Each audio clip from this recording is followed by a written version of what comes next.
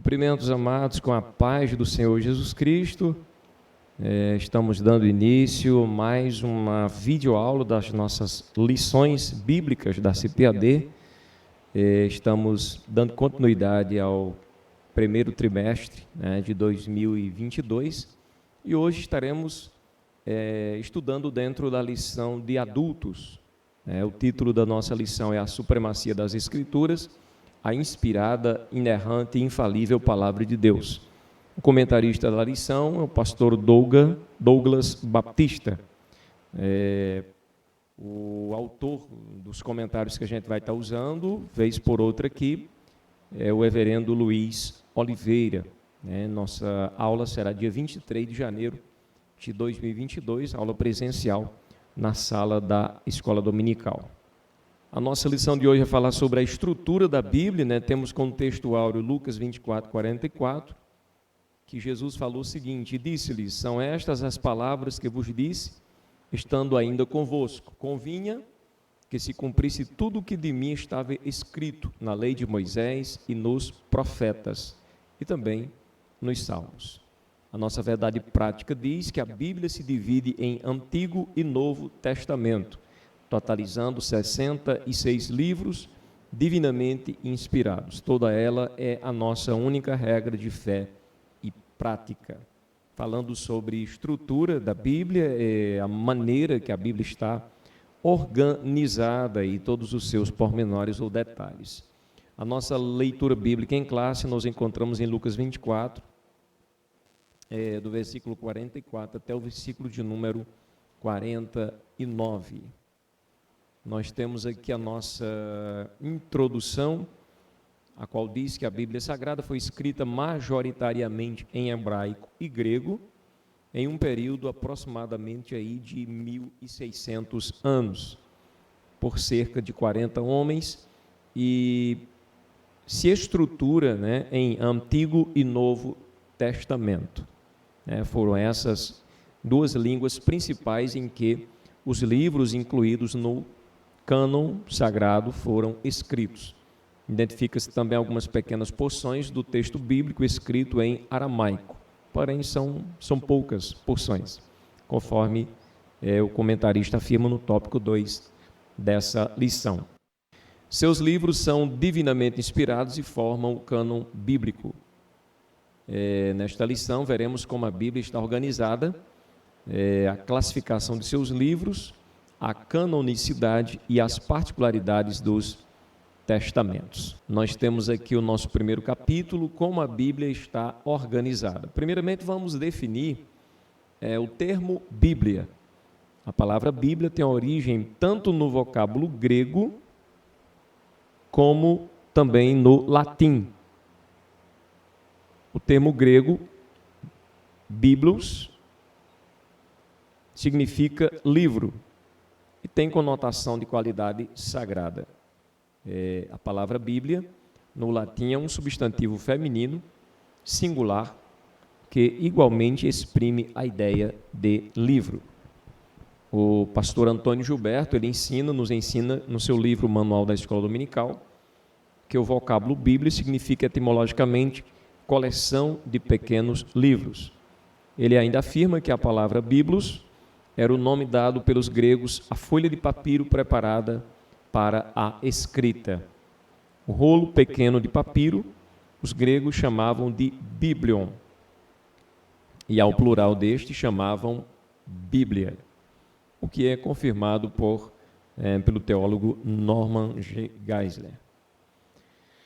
Por volta do ano 150 depois de Cristo, os cristãos passaram a usar o termo em grego ta Bíblia, que aí já é um termo no plural, os livros, que faz referência a mais de um livro, para referir-se ao conjunto de livros inspirado por Deus. O dicionário bíblico Wycliffe explica que o singular Bíblia, em latim, revela uma unidade de pensamento e também uma pureza, o que deixa claro que se trata da palavra de Deus. No mesmo livro, citado há pouco pelo pastor Antônio Gilberto, ele afirma que o nome Bíblia foi atribuído às Escrituras Sagradas, pela primeira vez por João Crisóstomo, grande reformador e patriarca de Constantinopla, que está aí entre 347 a 407 depois de Cristo. Por isso, a coleção dos livros sagrados forma um único livro, a Bíblia Sagrada, chamada também por Paulo de as Santas Escrituras. Conforme estudamos nas lições anteriores, o texto bíblico original é inspirado por Deus e mesmo tendo sido escrito por cerca de 40 pessoas em diferentes épocas e lugares, o resultado se mostra perfeitamente coeso, e com uma mensagem precisa. A Bíblia Sagrada é um livro único, pois é a inspirada palavra de Deus. Segundo subtópico, o cânon da Bíblia. A expressão cânon procede do hebraico kané, com o sentido de vara de medir. O termo correspondente em grego é canon, que significa régua. Desse modo, na teologia, o vocábulo cânon é empregado como norma de avaliação para identificar os livros sagrados. Segundo o teólogo Stanley Orton, a palavra cânon significa regra, padrão ou vara de medir. Portanto, canônico é um livro que satisfaz certos critérios ou padrões, segundo D.A. Carson. A palavra cânon teve seu uso eclesiástico nos 3 primeiros séculos da era cristã para se referir ao conteúdo normativo, doutrinário e ético da fé cristã. Somente por volta do século IV é que passou a ser usada para designar a lista dos livros inspirados que constituem o Antigo e o Novo Testamento. Em vista disso, o termo canônico passou a designar os 66 livros aceitos como divinamente inspirados, conforme vimos há pouco. Livros que se satisfaz aos critérios da canonicidade. Isso quer dizer que o Espírito Santo guiou o seu povo a reconhecer a autoridade desses escritos como regra de fé e prática. Segundo Paulo Won, escreveu no livro E Deus Falou a Língua dos Homens, o processo de reconhecimento do cânon do Novo Testamento não ocorreu de forma instantânea, ou seja, sobre a determinação de um concílio, mas sim foi sendo elaborado de uma forma gradual, com a confirmação da lista ocorrendo de forma unânime nas comunidades. Vamos ver aqui, nesse sentido, o cânon bíblico está completo. Nada pode ser acrescentado ou retirado das escrituras canônicas, conforme diz Apocalipse 22, e versículo 18 e 19. Uma vez determinada a lista de livros inspirados, que devem fazer parte das Sagradas Escrituras, não é possível haver alterações na mesma. Terceiro subtópico. Os 2 testamentos bíblicos, o termo testamento vem do latim testamentum, que é a tradução da palavra grega diatek, e da hebraica berit. Ambos os termos têm o sentido de aliança, pacto ou concerto de Deus com a humanidade. Norman Geisler afirma que a tradução dessas palavras em grego e hebraico para testamento está incorreta, sendo que a palavra aliança representa a melhor tradução para essas palavras. A expressão Antigo Testamento foi inaugurada por Paulo e refere-se aos livros dos judeus, reconhecidos por Jesus como as Escrituras, a lei, os profetas e os salmos. Conforme tratamos há pouco, a palavra aliança, segundo Geisler, representa a melhor tradução de diatek e berit. E vemos a mudança do uso dessa palavra nas traduções mais modernas, como é o caso da Nova Versão Transformadora. Vamos ler o texto apontado pelo comentarista, que diz o seguinte: mas a mente do povo estava endurecida, e até hoje, toda vez que a antiga aliança é lida, o mesmo véu lhes cobre a mente, e esse véu só pode ser removido em Cristo. Veja que é citado aí, antiga aliança. O termo Novo Testamento foi usado para se referir ao cumprimento profético de Jesus como o mediador da nova aliança. Aqui, novamente, o termo aliança será ou seria mais bem aplicado a essa profecia. Como nós vemos aqui em Jeremias 31, verso 31 ao 33. Está chegando o dia, diz o Senhor, em que farei uma nova aliança com o povo de Israel e de Judá. Não será como a aliança que fiz com seus antepassados, quando os tomei pela mão e os tirei da terra do Egito, embora eu os amasse como o marido ama a esposa. Eles quebraram a aliança, diz o Senhor, e esta é a nova aliança que farei com o povo de Israel depois daqueles dias, diz o Senhor. Porei minhas leis em sua mente, as escreverei em seus corações, em seu coração serei o seu Deus e eles serão o meu povo. Essa expressão também passou a designar os escritos inspirados dos cristãos, igualmente reconhecidos como as Escrituras. Durante a história da Igreja, as designações das divisões das Sagradas Escrituras vêm sendo utilizadas. Por exemplo, Agostinho afirmou: o Antigo Testamento revelado no Novo, o Novo oculto no Antigo. A nossa primeira sinopse do capítulo 1 nos diz, do tópico 1, diz que a Bíblia divide-se em 2 testamentos, divinamente inspirados, o Antigo e o Novo Testamento.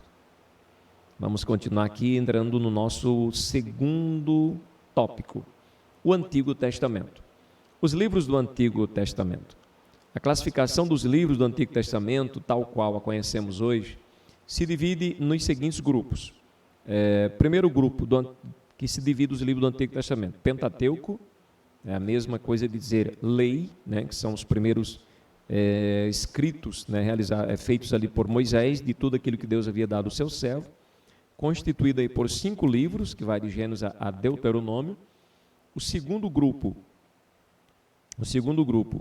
na classificação dos livros do Antigo Testamento, são os livros históricos, formados por 12 livros, que vai de Josué a Esté. Terceiro grupo, temos os livros poéticos, composto aí de 5 livros, que vai de Jó a Cantares de Salomão. E o quarto grupo, proféticos, que se subdividem em profetas maiores, com 5 livros, que vai de Isaías a Daniel, e profetas menores, com 12 livros, que vai de Oséias a Malaquias, onde terminamos aí o Antigo Testamento. Aqui temos a representação das divisões do Antigo Testamento de uma Bíblia que obedece ao cânon protestante, que é a que usamos na nossa igreja. Mas qual a diferença? Existe outro cânon que não seja o protestante? Existe, por exemplo, as edições católicas, que aí não está de acordo com o que foi citado agora, por causa que acrescentaram, né, alguns concílios, como por exemplo o Concílio de Trento, acrescentaram alguns livros apócrifos no meio dos livros inspirados. Daí não seguia essa mesma organização. Então, a divisão utilizada pelos judeus era tripartida. Como assim? Lei, profetas, salmos ou escritos. Quando se ouvir falar em tripartida, está se referindo à maneira que os judeus utilizavam a divisão do Antigo Testamento, ou da Bíblia deles, né? Era dividida dessa maneira. Primeiramente, a lei, os profetas, salmos ou escritos, né? 3 grupos. Segundo Norman Geisler, a divisão mais antiga do Antigo Testamento era dupla, lei e os profetas. Por exemplo, como é citado em Lucas 16, versículo 16. A lei e os profetas duraram até João. Desde então é anunciado o reino de Deus e todo homem emprega força para entrar nele. Veja que o próprio Jesus cita a lei e os profetas. Porém, desde tempos menos remotos, a Bíblia judaica, que é o Antigo Testamento, se organiza em 3 seções, totalizando 24 livros, sendo lei, profetas, escritos. Nós temos aqui, por exemplo, mas por que então 24 livros? Não são 39? Exatamente, veja bem, apesar de a cultura judaica fazer uma categorização diferente, o conjunto do Antigo Testamento soma os mesmos 39 livros divinamente inspirados, tanto para os judeus como para os cristãos. Então, como entender isso? Por que disso? Nós temos aqui inclusive uma tabelinha que eu poderei disponibilizar aqui para os amados, que nos mostra o seguinte, olha, o Antigo Testamento hebraico aglutina, ou seja, considera como sendo um único livro, alguns livros que na nossa Bíblia consideramos de forma separada, como por exemplo o livro de Reis. Na Bíblia dos judeus é apenas um livro, na nossa Bíblia são dois, 1º e 2º Reis. Samuel, na Bíblia dos judeus, apenas um livro. Na Bíblia cristã, são 2 livros divididos, 1º e 2º Samuel. Da mesma forma também crônicas. Nós temos 1ª e 2ª crônica, enquanto isso os judeus têm apenas crônicas. Ou seja, veja bem, enquanto nós temos 6 livros, eles têm apenas 3. Então já diminui 3. Mas isso não muda, isso não altera o conteúdo da palavra de Deus. Não diminui a sua autoridade. É apenas uma questão de organização. Segundo subtópico, canonicidade do Antigo Testamento. Existem 3 fatores basilares na avaliação de um livro canônico, a saber, a inspiração divina, que atesta se o livro é inspirado pelo Espírito Santo, e também o reconhecimento do povo de Deus, que atesta se o livro era aceito como autêntico por seus primeiros leitores. Terceiro, preservação pelo povo de Deus, que atesta se o livro era conservado como palavra de Deus. Por consequente, a confirmação desses elementos revela que, desde o início, os livros do Antigo Testamento foram recebidos e guardados como inspirados e autorizados por Deus, dotados de veracidade e de autoridade. Então, o comentarista, inclusive, ele apresenta no livro de apoio alguns argumentos sobre esses 3 fatores fundamentais para a determinação da canonicidade de um livro do Antigo Testamento. Em primeiro lugar, ele cita a responsabilidade da necessidade de o livro em questão ser testado quanto à sua inspiração divina. Stanley Orton afirma que esse fator é inteiramente subjetivo, tendo em vista que não há como determinar objetivamente se um livro é inspirado ou não. Essa questão torna difícil essa avaliação em um primeiro momento, porém, quando associada a outros fatores, pode apresentar o seu valor firme.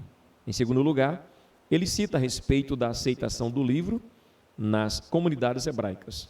Norman Geisler cita que esse método é falho, tendo em vista que a aceitação de um livro em uma comunidade judaica não lhe garante inspiração divina.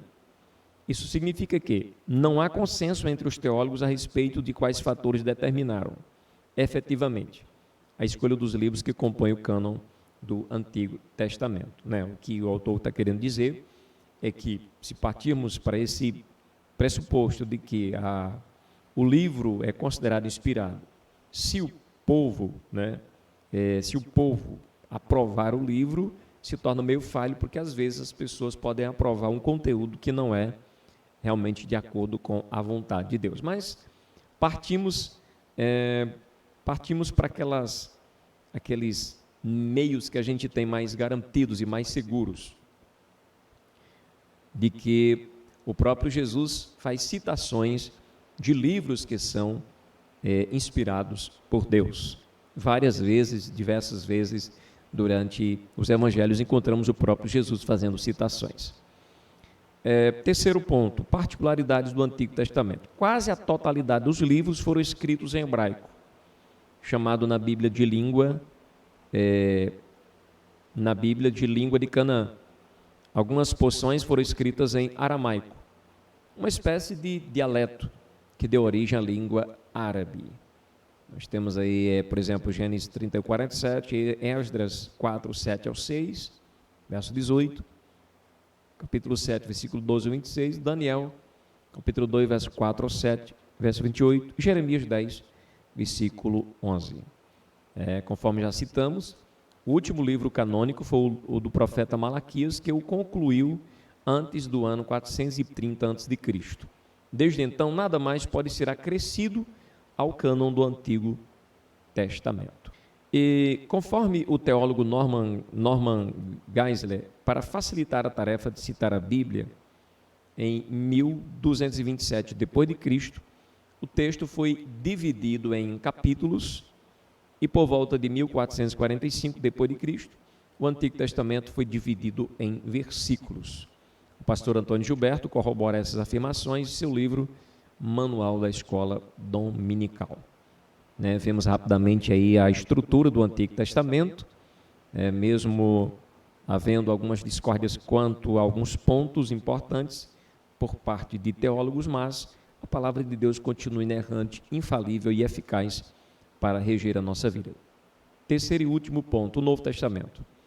Os livros do Novo Testamento foram reconhecidos pela Igreja após a morte e ressurreição do Senhor Jesus Cristo e estão classificados em 4 grupos principais: Evangelhos, Mateus, Marcos, Lucas e João. Chamados agora também, temos o segundo grupo, chamado de livros históricos, formado pelo livro de Atos dos Apóstolos. Temos as epístolas, que se subdividem em epístolas paulinas, com 13 cartas de Romanos a Filemão, as epístolas gerais, com 8 cartas de Hebreus a Judas, e Revelação, constituído pelo livro de Apocalipse. O conjunto totaliza 27 livros inspirados e autorizados, que são chamados de canônicos. Essa estrutura nos é bem conhecida e não há necessidade de que nos alonguemos nesse tema. Quanto à canonicidade do Novo Testamento, os critérios da avaliação do Novo Testamento são iguais aos que determinam o cânon do Antigo, isto é, a inspiração, o reconhecimento e a preservação dos livros como palavra de Deus. Nesse sentido, a Bíblia oferece indiscutíveis provas de inspiração do Novo Testamento. Quanto ao reconhecimento dos livros como fidedignos, desde o início os escritos falsos foram refutados pela Igreja do Senhor Jesus. Aí nós temos algumas citações que reforçam aqui, como por exemplo, 2 Timóteo 3, verso 16. Apesar de o comentarista apresentar 3 fatores para avaliação da canonicidade de um livro, nós ficamos com aquilo que a gente já tem em mente. Os fatores, por exemplo, poderemos citar são apostolicidade, o livro havia sido escrito por algum apóstolo, alguém relacionado ao colégio apostólico. O livro era largamente aceito e usado pelas igrejas. O assunto do livro parece estar em pé de igualdade com as escrituras conhecidas. O livro trazia aquela qualidade especial que deixava transparecer a inspiração divina. Então, conforme mencionado, desses 4 fatores, apenas a inspiração é algo determinado de forma subjetiva. Nesse concílio, por exemplo, houve um concílio aí em que a confirmação do reconhecimento de inspiração divina dos 27 livros que temos hoje no Novo Testamento, das nossas Bíblias. Nesse concílio, houve a confirmação do reconhecimento de inspiração divina dos 27 livros que temos hoje no Novo Testamento. Em relação à conservação das Escrituras, os primeiros cristãos adotaram a prática de leitura dos livros autorizados em suas reuniões e cultos. Mediante tais fatos, atesta-se que desde o começo da igreja primitiva, a igreja primitiva reconheceu e preservou os livros canônicos, alicerçados sobre o fundamento dos apóstolos e dos profetas. Terceiro, particularidade do Novo Testamento. Todos os livros do Novo Testamento foram escritos em grego koiné, um dialeto comum e presente por toda a cultura de fala grega, e que muito auxiliou na propagação do Evangelho nos primórdios do cristianismo. Algumas expressões, mesmo redigidas no vernáculo grego, possuem significado em aramaico. Dentre elas, citamos Talita Cumi, que significa menina, levanta-te, ou Abba, pai, literalmente pai, pai, ou então meu pai. Outra frase, expressão, Eloi, Eloi, lama sabachthani, Deus meu, por que me desamparaste? Então, o conjunto dos livros canônicos foi escrito antes do término do século I. O último livro é o Apocalipse de João, datado por volta do ano 96 depois de Cristo. Desde o encerramento do cânon, os cristãos reconhecem apenas os 27 livros como inspirados. Por fim, em torno de 1555 depois de Cristo, o Novo Testamento também foi dividido em versículos para ajudar a nós localizarmos os textos da palavra de Deus. Então, o comentarista afirma no livro de apoio que todos os livros que hoje temos no Novo Testamento foram oficialmente aceitos no século V da nossa era. Amém, queridos? Então, nós concluímos dizendo que o conjunto dos 66 livros forma um único livro, a Bíblia Sagrada. Esses livros constituem o cânon bíblico do Antigo e do Novo Testamento. Os critérios para a avaliação da canonicidade são a inspiração, o reconhecimento e a preservação dos livros como palavra de Deus. A comprovação desses critérios revela que as Escrituras foram aceitas e preservadas como livros autorizados por Deus. Que Deus abençoe a sua vida poderosamente. Até a próxima aula, se o Todo-Poderoso Deus nos permitir mais uma oportunidade, em nome de Jesus.